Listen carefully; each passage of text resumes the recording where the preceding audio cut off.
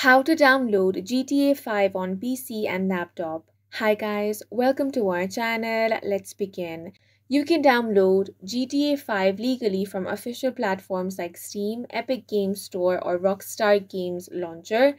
If you want to use Steam, then first of all, launch open any web browser, then head over to Steam's official website. Make sure to sign into your account. You can also download and install the Steam client on your PC. Now, what you want to do here is open up your store and search for GTA 5. Once you have found it, you want to click on the Add to Cart option. Now, you want to view your cart, then you want to complete the rest of the payment steps. So go ahead and do that. Once the payment has been completed, go to library and find GTA 5 and click on install.